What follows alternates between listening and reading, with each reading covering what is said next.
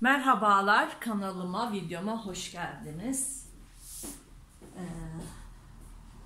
Ben elimde bulunan hazır kalıpla yanları dikişsiz bol paça pantolon dikeceğim. Ve bunun lastiğini kendisinden yapacağız ve buraya ilave yapacağız. Kumaşımı 2 kat yaptım. Kumaş katları burada, açık kenarlar burada. Dik açısına dikkat ederek serdim kumaşımı. Kalıbımı da bu şekilde düz boy ipine dikkat ederek yerleştirdim. Ve şimdi yapmak istediğim lastik ölçüsünü belirleyeceğim. Benim lastiğimin eni 3 santim arkadaşlar. Belimizden buradan 3 santim lastik için pay ekleyeceğiz. 1 santim, 2 santimde 2 santim ekleyelim. 2 santimde dikiş payı vereceğiz ve şu şekilde 5 santimden bakın belimizi bu şekilde işaretliyoruz.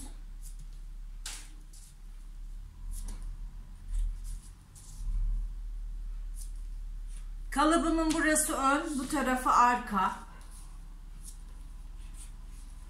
Bu şekilde işaretliyoruz. Kalıbımda dikiş payları mevcut arkadaşlar. Şimdi kalıbımda birer santim dikiş payı var. Kalıbımın kenarlarından çiziyorum. Bu şekilde.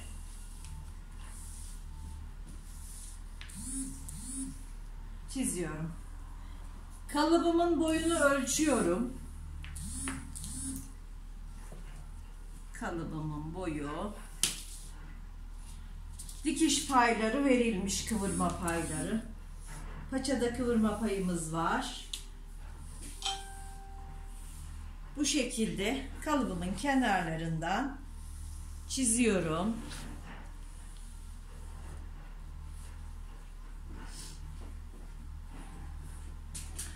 Ön ağımı da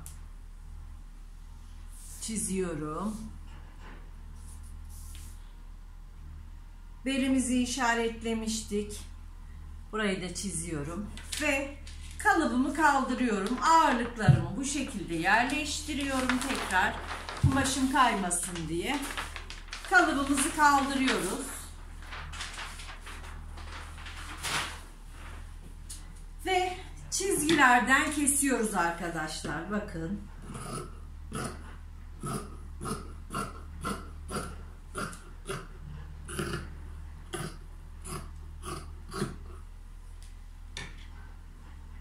Kumaşım çiften 1 metre 10 santim kumaş gidiyor arkadaşlar bu yanları dikişsiz pijamaya, pantolona. Şimdi belimizi de kesiyoruz.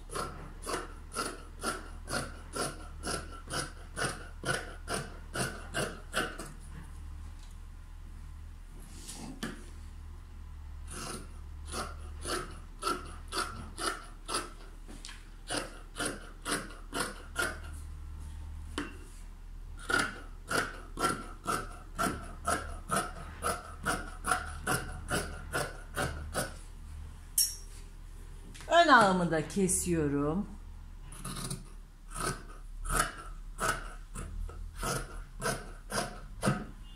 Ve yanları dikişsiz pijama pantolonumun kesimi bitti arkadaşlar. Hiç bilmeyen arkadaşlarım bu şekilde kalıpla kesebilirler arkadaşlar. Pratik kesmek isterseniz daha önceki videolarımda, pratik videolarım da var. Burası ön. Burası arka. Evet. Şimdi kumaşımı açıyorum. Buraları düz yüzü, ters yüzü içindeydi. Bunu seriyorum arkadaşlar. Evet. Düz yüzlerini birbirine yapıştırıyorum. Bakın. Burası düz yüzü. Burada düz yüzü.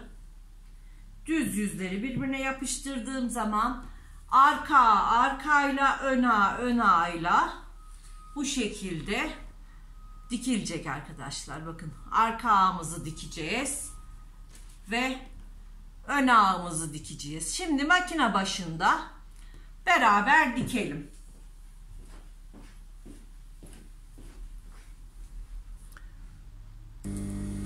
Evet arkadaşlar, şimdi overlock'umuza geldik ve önce ağlarımızı birleştiriyoruz. Bakın. Benim overlock'um 4 iplik. 4 iplik olduğu için tekrar düz makine dikişine gerek yok arkadaşlar. 4 ipliklerde bu şekilde overlock'la dikebiliyorsunuz. Şimdi diğer ağımı dikiyorum. Arka ağımı dikiyorum.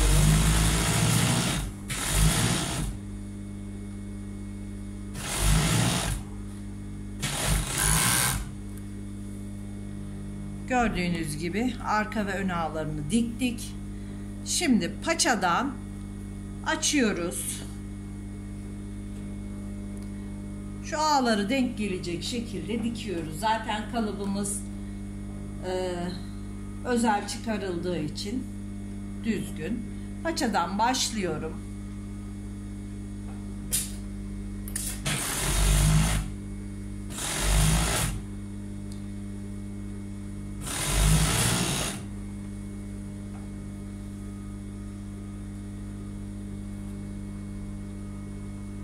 Overlock dikişlerini üst üste getiriyorum.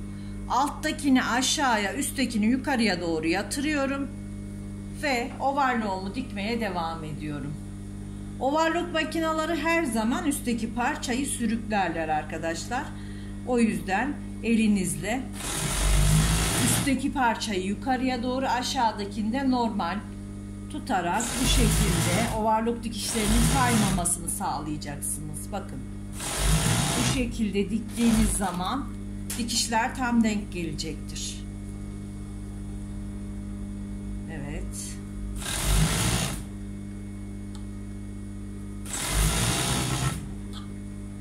Biraz diktikten sonra yine paça uçlarını birbirine denk getiriyoruz. Şu şekilde dikiyoruz.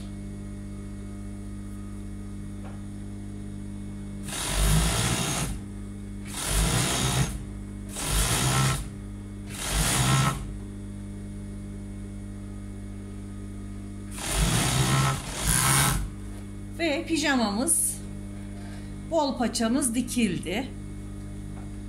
Şimdi lastiğini takacağız arkadaşlar. Ben lastiğini belimden 10 santim eksik yaparak şu şekilde hazırladım. İşareti aldım. Böyle iğneyle ortasını buldum. İşaretledim. Ve pijamamın düzünü çeviriyorum şimdi.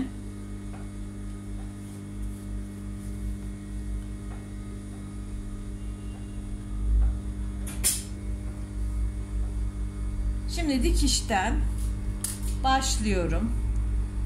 Lastiğimin dikişini dikişe denk getirerek şu şekilde overlock'ta takacağım. Lastiğini kestirmiyoruz.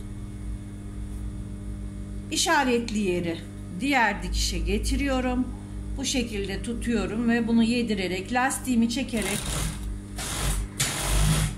lastiğimi kestirmeden belimize takıyoruz.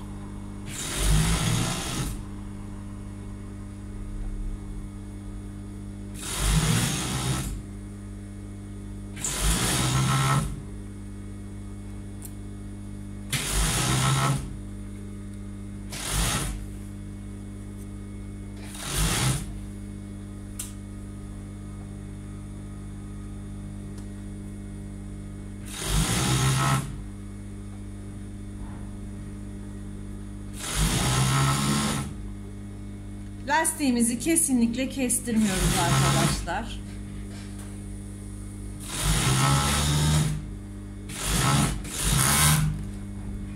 Lastiğimizi eşit bir şekilde taktık. Şimdi düz makinede veyahut da reçmeniz varsa, makineniz reçme yapıyorsa reçmede bunu bu şekilde katlayarak buradan dikiyorsunuz. Paçaları da şu şekilde katlayarak dikiyorsunuz arkadaşlar. İster overlock çekip düz makinede katlayabilirsiniz. İster 1 santim, daha sonra 1 santim bu şekilde 2 kere katlayabilirsiniz. Reçmeniz varsa reçmede yapabilirsiniz. Şimdi benim reçmem olduğu için ben reçmede buraları dikiyorum. Belini de dikiyorum ve bitmiş haliyle geliyorum. Pantolonumuzun bitmiş hali arkadaşlar. Bol paça. Malum yaz geliyor. Sizde böyle bir kalıbınız varsa bu şekilde kesip dikebilirsiniz arkadaşlar. Kalıbınız yoksa da benim daha önceki videolarımdan pratik olarak kesip dikebilirsiniz. Bakın çok güzel oldu. Bol paçamız, lastiğimiz. Evet arkadaşlar, bu videomuzda bu kadar. Bir dahaki videoda görüşmek üzere. Hoşça kalın. Sağlıkla kalın.